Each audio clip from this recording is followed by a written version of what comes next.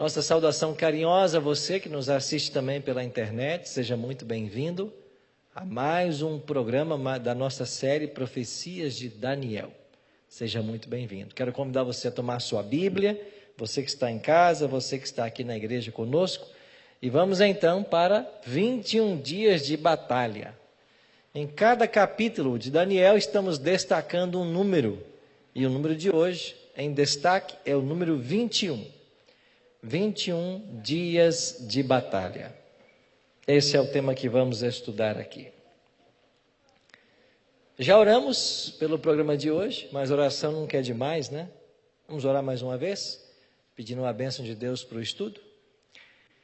Pai querido, Tua palavra se encontra aberta diante de nós. Muito obrigado por vivermos num país que goza liberdade religiosa, por podermos em qualquer momento abrir nossa igreja e estudarmos a Tua palavra.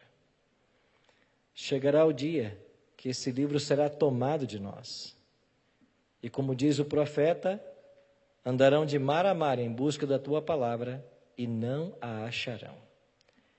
Por isso, nos ajuda hoje a guardar a Tua palavra em nosso coração, para quando ela for tirada de nós, os versos, os ensinos, os pensamentos, os conselhos já estejam enraizados em nosso coração. E nós poderemos lembrá-los a qualquer momento.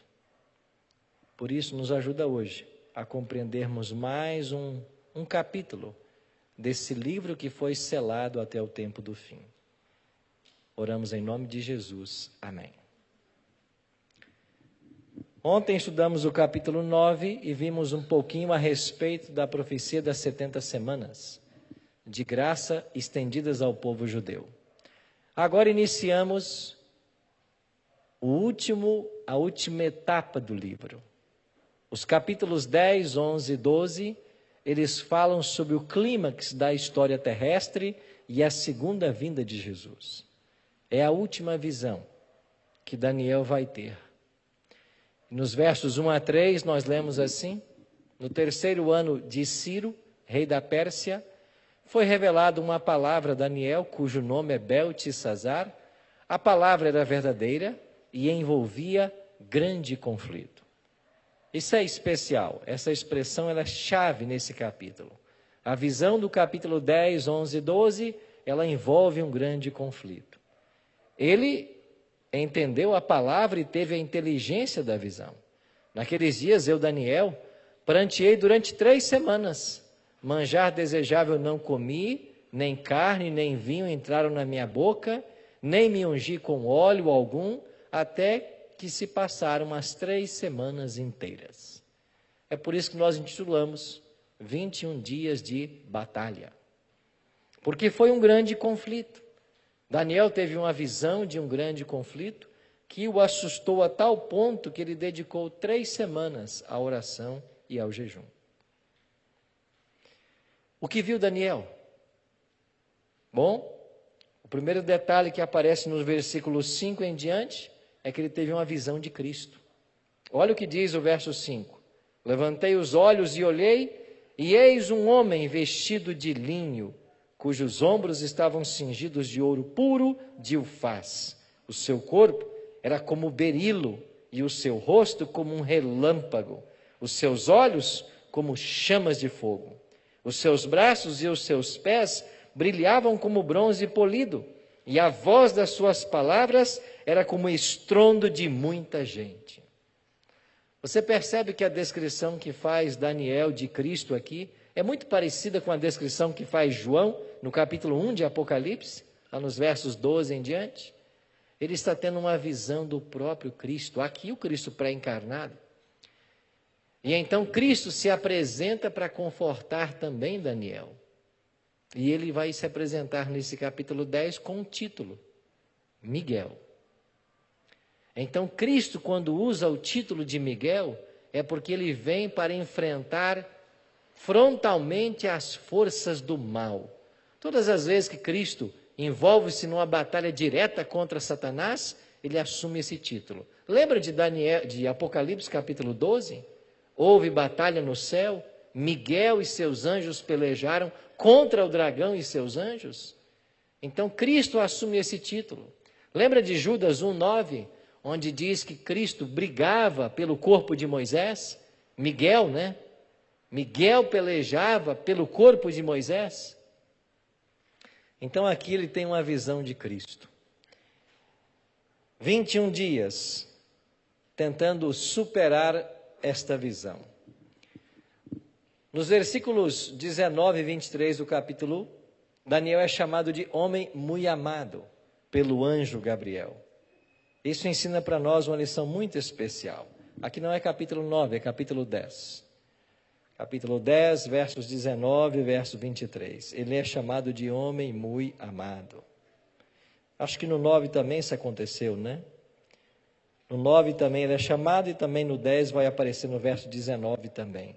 Não temas, homem muito amado. O céu amava Daniel. Agora, o céu não nos ama de forma diferente. Nós somos amados por Deus como Daniel era. Ele ama a todos, indistintamente. Não é fácil entender isso, porque a gente quando lê essas histórias na Bíblia e percebe a comunhão que esses homens e mulheres tinham com Deus,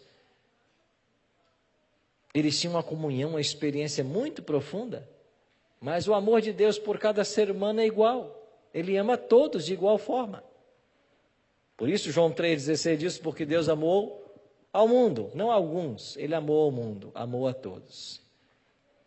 O anjo disse que a oração de Daniel foi atendida quando ele começou a orar. Agora, se ela foi atendida no princípio das orações, porque nós temos um intervalo de 21 dias. Olhe comigo os versos 12 e 13. Então me disse, não temas, Daniel. Aqui é Gabriel falando com Daniel. Não temas, porque desde o primeiro dia em que aplicaste o coração a compreender e a humilhar-te perante o teu Deus, foram ouvidas as tuas palavras, e é por causa das tuas palavras que eu vim. Então, quando Daniel se pôs a orar, no início dos 21 dias, o céu já enviou Gabriel, o anjo mais poderoso do céu. Gabriel veio, mas Gabriel diz assim no verso 13, mas o príncipe do reino da Pérsia me resistiu por 21 dias. Quem é o príncipe do reino da Pérsia? Esse é um título de Satanás, aqui no livro de Daniel. Então Satanás resistiu ao anjo Gabriel por 21 dias. Mas o que estava acontecendo? Que grande conflito era esse? Para ficar mais claro, volta para o capítulo 9. Olha comigo o versículo 2. Pode ler o verso 1. No primeiro ano de Dario. O capítulo 10, estamos no terceiro de Ciro, vários anos depois. Então vamos voltar alguns anos para o reinado de Dario ainda, porque quando cai Babilônia, se assenta no trono Dario e depois Ciro. Então voltamos uns 4, 5 anos na história. No primeiro ano de Dario, verso 2. No primeiro ano do seu reinado, eu, Daniel, entendi pelos livros que o número de anos de que falara o Senhor ao profeta Jeremias, que haviam de durar as assolações de Jerusalém, era de 70 anos. Então no capítulo 9, você tem Daniel entendendo pela profecia de Jeremias, para ser exato, capítulo 25, versos 11 e 12, de que o cativeiro babilônico duraria 70 anos. Agora, em 539, cai Babilônia. Você tem Dario e depois Ciro no poder. Então Daniel vai entender pelos livros que o cativeiro era de 70 anos e agora está quase se cumprindo. Porque se o cativeiro começou no ano 605, e esse é o ano em que Daniel vai para a Babilônia, então por volta do ano 536, 535, terminam os 70 anos. E Deus tem que cumprir sua promessa. Só que já no ano 539, antes de Cristo, 538, Daniel entendeu. 70 anos, faltam poucos anos. Então Daniel começou a orar por essa situação. a pedir perdão pelo seu pecado, ou pelo pecado do povo. Isso está aí em Daniel capítulo 9. Quando chegamos em Daniel capítulo 10, Daniel testemunha uma cena de grande conflito. Por quê? Porque Ciro já está no poder, os 70 anos estão se cumprindo e é hora de Deus devolver o seu povo para Jerusalém. Assim como ele prometeu. Vocês vão ficar lá 70 anos, mas depois eu vou trazer vocês. Então Daniel está cobrando a Deus. E sabe mais o que faz Daniel? Ele pega os rolos do profeta Jeremias, leva para Ciro e diz: rei, o teu nome já estava na profecia. Então é você o homem quem vai autorizar o meu povo a voltar para Jerusalém. E então, quando Daniel participa a Ciro dessa informação, e Ciro começa a pensar em assinar o decreto para autorizar o povo judeu, Daniel começa a orar. E então Gabriel vem para influenciar a mente de Ciro e assinar o decreto. Mas quando o anjo Gabriel chega na corte Medo-Pérsia, que outro anjo também chega? Lúcifer. E o diabo começa a trabalhar na mente do rei Ciro para que ele não assine o decreto.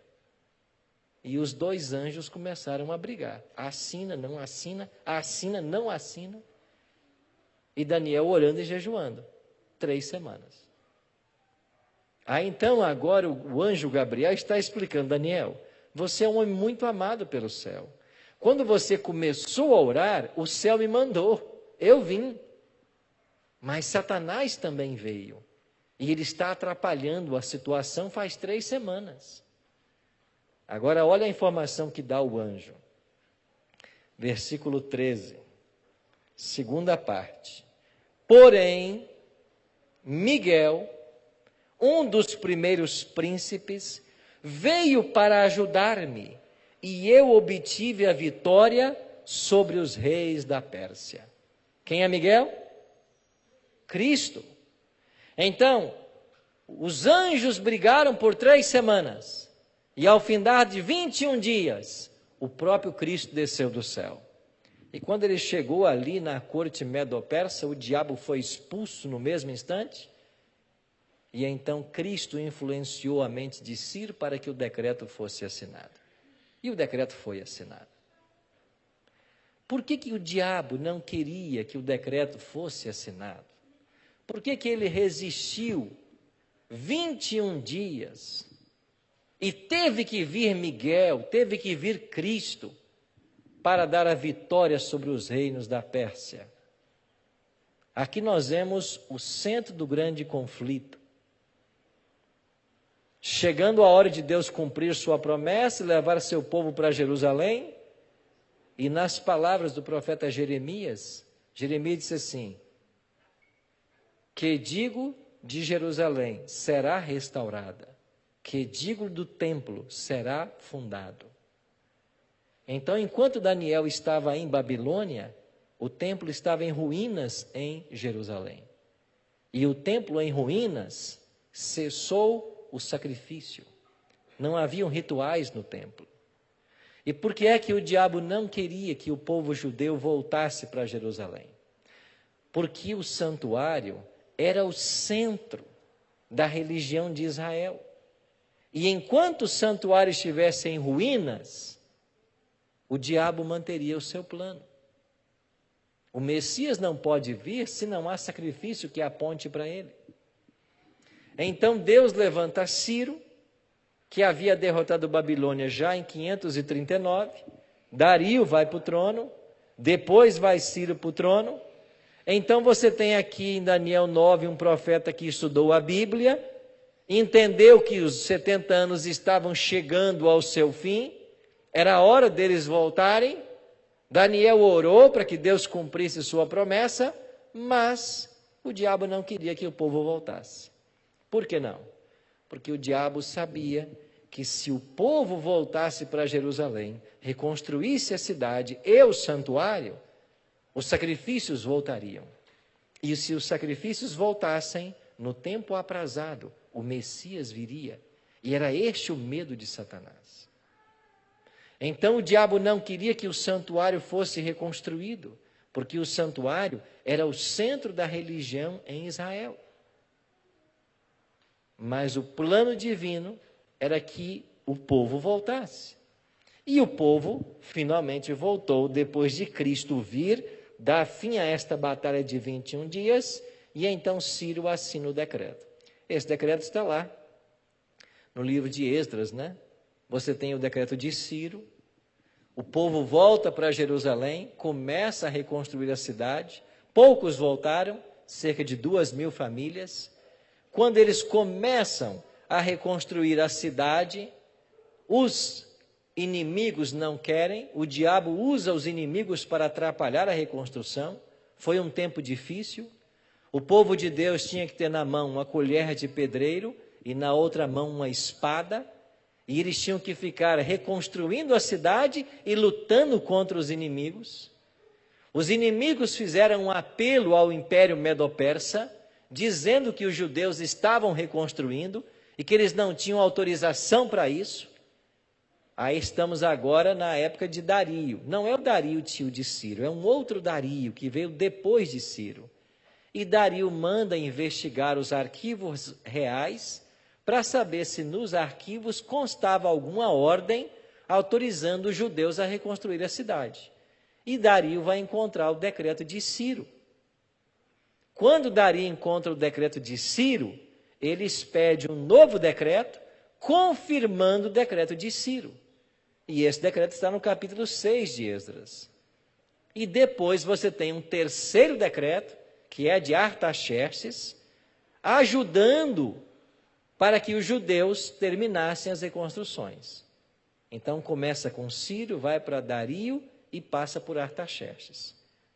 O decreto de Artaxerxes é o último, promulgado em 457. Então, quando os 3 decretos se somam, o povo agora tem condições de concluir as construções. Eles terminam a cidade, reconstroem o templo, aquele templo de Salomão tão belo que foi destruído, só que lá não havia mais o quê? A Arca da Aliança. Porque antes que Nabucodonosor chegasse, essa arca foi escondida por alguns judeus piedosos. Eles não tinham mais a arca. O que o povo fez? Colocou uma grande pedra lá no Santíssimo. E eles voltaram então, se prepararam para começar ali os sacrifícios. Então chegou o dia deles reinaugurarem o santuário. Então há um detalhe muito curioso que eu mencionei uma vez essa semana aqui e vou mencionar de novo. O povo judeu fica 70 anos em Babilônia e o povo judeu fica 70 anos sem santuário. Mas esses 70 anos não coincidem. O cativeiro começa no ano 605 e termina no ano 536 para 535, 70 anos. Só que o santuário só foi destruído na terceira invasão de Nabucodonosor, 586.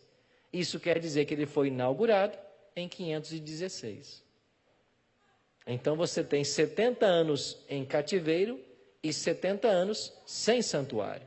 Só que os períodos não são os mesmos, porque o povo volta, reconstrói a cidade, o santuário, e quando chegamos ao ano 516, eles se reúnem para reinaugurar o templo de Salomão, que foi reformado, que agora passou a ser chamado o templo de Zorobabel, porque Zorobabel era o governador da Judéia nessa ocasião. E quando eles estavam todos reunidos para reconstruir o santuário, ainda que o diabo não quisesse que o santuário fosse reconstruído, estava entre eles ali 2 profetas, Ageu e Zacarias. Esses 2 profetas estavam na reinauguração do templo de Salomão, que passou a se chamar Zorobabel. E o profeta Ageu, no capítulo 2 do seu livro, descreve o que aconteceu. Ali estavam 2 alas para a inauguração do templo. Uma ala, os judeus que haviam conhecido o templo de Salomão. Esses choravam. Por quê? Porque a glória desse templo reformado em nada se comparava a glória do templo de Salomão. A Arca da Aliança não mais estava aí. Então esses choravam. Mas aqueles que tinham 70 anos, menos de 70 anos, que haviam nascido em Babilônia, que nunca haviam pisado em Jerusalém, que agora estavam vendo um santuário erguido, eles estavam felizes, porque eles nunca haviam sacrificado, agora poderiam sacrificar.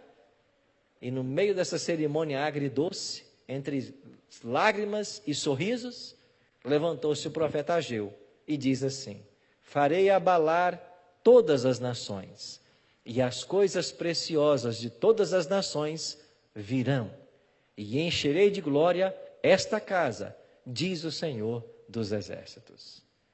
Uma versão antiga traduz esse verso assim: farei abalar todas as nações e virá o desejado de todas as nações.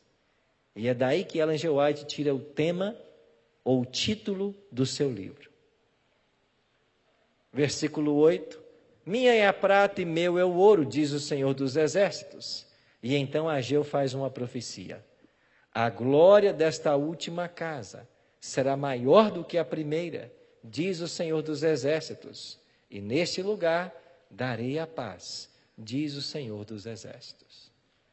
Passaram-se 5 séculos, e quando você vai para Mateus capítulo 24, você tem Cristo se aproximando do templo, e quando ele entra no templo, o príncipe da paz chegou. E aquela casa reformada recebeu o Messias. É por isso que esta casa seria maior do que a primeira, a de Salomão, porque foi esta casa reformada que viu a chegada do Messias, o príncipe da paz. O templo foi reformado, voltaram os sacrifícios, e Gálatas 4:4 diz o quê? Vindo a plenitude do tempo, Deus enviou seu Filho. Os sacrifícios voltaram. E como voltaram os sacrifícios, o Evangelho voltou a ser pregado. E cada animal morto no santuário apontava para o Messias que viria. E quando veio Cristo, se encarnou, nasceu de uma virgem, cresceu como um de nós.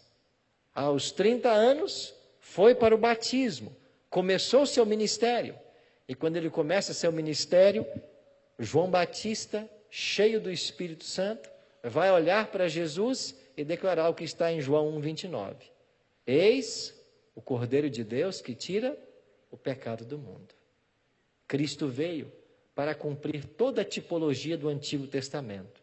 A morte dos animais que apontava para a sua vinda. E Cristo só pôde vir porque o santuário foi reformado, porque o sacrifício voltou. E na hora aprazada, o Messias veio. E o Messias nasceu na hora exata que era para ele nascer. Deus tinha uma data específica para o nascimento de Cristo. Deus também tinha uma data para o batismo de Jesus. É por isso que aquele dia, quando Jesus procura João Batista e pede para ser batizado, João diz assim: tu vens a mim, é eu quem tenho que ser batizado pelo Senhor. E qual é a resposta de Cristo para João? Convém que se cumpra toda a justiça. Ou seja, João, agora é a hora. Tem que ser agora. E então Jesus é batizado. E de acordo com Daniel 9:27, 3 anos e meio depois, ele teria que ser crucificado. E ele foi crucificado 3 anos e meio depois. Então perceba que no santuário tudo apontava para Cristo. E tinha datas específicas para acontecer. E eu queria fazer um cálculo muito interessante com vocês agora, e com isso eu termino. Ontem celebramos o dia 22 de outubro, aniversário de 176 anos do ministério de Cristo no santuário celestial. Falamos disso ontem à noite aqui. Agora, por que a igreja adventista nasceu no dia 22 de outubro de 1844? Porque quando essa profecia se cumprisse, de Daniel 8:14, teríamos um acontecimento no céu e outro na terra. Vimos isso ontem. No céu, Cristo passaria do santo para o santíssimo. Na terra, a igreja remanescente sairia do deserto e surgiria como uma organização. Nós entendemos que isso aconteceu no dia 22 de outubro de 1844. Agora, por que o dia 22 de outubro? Porque era um dia da expiação, tá certo? Se nós estamos falando de uma profecia de 2.300 anos redondo, e eu voltar 2.300 anos de 1844, eu vou chegar ao ano 457 a.C. Mas eu tenho que chegar lá em 457, em que dia? Num dia 10 do 7º mês. Porque a profecia, ela é cheia. São 2.300 anos. Isto quer dizer que o decreto de Artaxerxes entrou em vigência no dia da expiação do ano 457. Porque eu não posso afirmar que 22 de outubro de 1844 é um dia da expiação, se no início da profecia também não for um. Porque o calendário judaico tem 12 meses com 30 dias. Tem que ser um computo exato. Agora, se o decreto de Artaxerxes sai num dia da expiação, ou melhor, entra em vigência num dia da expiação, e eu viajo 69 semanas ou 483 anos, eu chego no batismo de Cristo. Então Jesus tem que se batizar em que dia? Num dia da expiação. É por isso que ele diz para João Batista: João, tem que ser agora, para que se cumpra toda a justiça. Não podia ser ontem e nem pode ser amanhã. Tem que ser agora. E se nós sairmos do batismo de Cristo e viajarmos mais 7 anos, que ainda faltavam para o povo judeu de graça, nós chegamos ao ano 34 no apedrejamento de Estevão. Então Estevão tem que ser apedrejado em que dia no calendário judaico? 10º dia do 7º mês, um dia da expiação. É por isso que Estevão, enquanto está sendo apedrejado, ele tem uma visão de Cristo. E aonde estava Cristo na visão de Estevão? À direita do Pai, no santuário celestial. Agora, a última conta. Se eu saio do batismo de Cristo e viajo 3 anos e meio, eu chego à morte, na morte dele. E a morte dele tem que ser em que data? Não mais pode ser num dia da expiação. Porque pela primeira vez a profecia foi quebrada. Quebrada em 6 meses. Porque ele morreria na metade da última semana, ou seja, do batismo até a morte, nós teríamos 3 anos e meio. Então, se você sai de um dia da expiação, que é o 10º dia do 7º mês, para chegar na morte de Cristo, você tem que viajar mais 6 meses. Então, faça o cálculo comigo. 10º dia do 1º mês, 10º dia do 2º, 10º dia do 3º, 10º dia do 4º, melhor, 10º dia do 7º mês, né? É o cálculo correto. 10º dia do 7º mês, 10º dia do 8º mês, 10º dia do 9º, 10º dia do 11º, do 12º e 10º dia do 1º mês. E o que era o 10º dia do 1º mês? Era a festa da Páscoa. E no 10º dia do 1º mês, o que acontecia em Israel? O cordeiro tinha que ser separado. Nós estamos agora no domingo em que Jesus entra em Jerusalém. Esse é o 10º dia do 1º mês. E quando todos pensavam que Jesus seria coroado rei, ele desaparece. Nas palavras de Ellen G. White, ele se colocou à parte como sacrifício. ele, o Cordeiro Pascal, se separou. Ele se separa no 10º dia. Ele vai tomar a ceia na quinta-feira e ele vai ser crucificado na sexta-feira. Tudo estava marcado. E o diabo temia era isso. Pois quando Cristo veio na plenitude dos tempos, ele cumpriu toda esta tipologia. E ao morrer na cruz, na data marcada, e a profecia marcou a data, ano 31, mês da Páscoa, 15º dia, às 3h. Estava tudo marcado. É por isso que em Israel, o Cordeiro tinha que morrer todos os dias, 9h e 3h. E o Messias foi crucificado 9h e morreu 3h. É isso que o diabo temia. Por isso ele não queria que Ciro assinasse o decreto, que o povo voltasse para Jerusalém, que o santuário fosse reconstruído, que o sacrifício voltasse e que o Messias viesse. Quando veio o Messias, o diabo sabia que o seu fim estava se aproximando. É por isso que da manjedoura ao Calvário, ele tentou de tudo para levá-lo ao pecado. Mas louvado seja o nosso Deus, pois nós temos um Cristo que nunca cometeu pecado, nunca perdeu uma batalha e tornou-se vencedor por mim e por você. E sabe qual é a glória do Evangelho que nós temos que anunciar para o mundo? Essa justiça perfeita que ele conquistou, ele imputa a você de forma gratuita. E ele tira a sua vida de pecado e cobre você com o puro manto da sua justiça. E é assim que nós somos salvos. Salvos pela justiça dele. Por isso, meus amigos, Daniel perdeu as forças diante desse grande conflito, mas foi confortado e Miguel veio para resolver o problema. O diabo já foi derrotado e ele está com seus dias contados. E no calendário de Deus, o dia está marcado para a volta de Cristo. E quando ele voltar, será mais um golpe em Satanás. Agora uma prisão de 1000 anos. E depois disso, a sua destruição final. O grande conflito se aproxima do fim. E eu e você estamos envolvidos todos os dias nesse grande conflito. Que a palavra do Senhor nos oriente cada vez mais e nos prepare para o grande Armagedon, para o final desse conflito. Vamos orar?